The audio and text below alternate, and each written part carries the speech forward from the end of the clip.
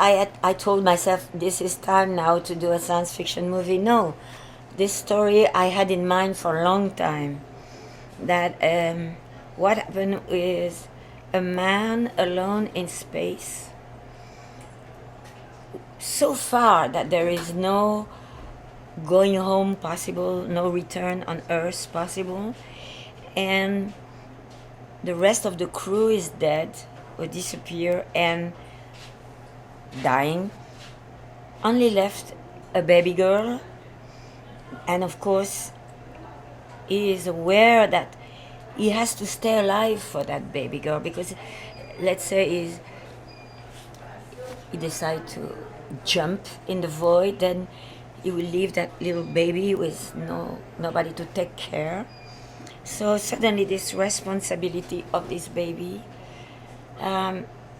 gave him a sort of new point of view on life, you know.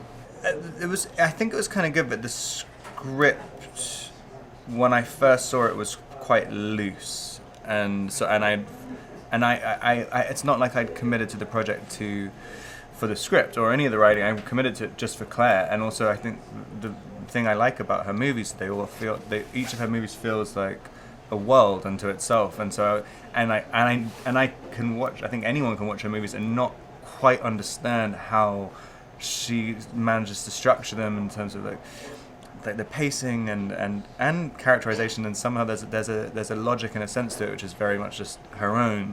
And so I was like, I'm just gonna do whatever you're saying, yeah. to kind of commit to that. And so it's actually like one of the weirdly easier than most projects, because it's kind of there's a lack of anxiety about, because it feels that you're in very confident hands when you're working with it. But like working on it and discovering more about astronauts and people that have to spend elongated periods of time in space, I found it really fascinating, the sense of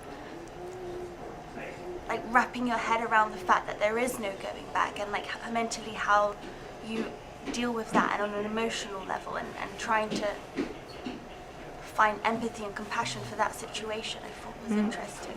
I think there's the other thing as well, which I was just thinking when I saw it again the other day. I like the fact that you can use space to be like a sort of literal embodiment of like metaphysical ideas. Like, so you can literally be going forward and backwards at the same time, which is kind of, you can feel like that on Earth, but if you go out into the kind of outer reaches of the galaxy, it can literally be happening. And it's kind of, I thought that was kind of interesting to be living in a sort of dream world. I always thought it was quite interesting.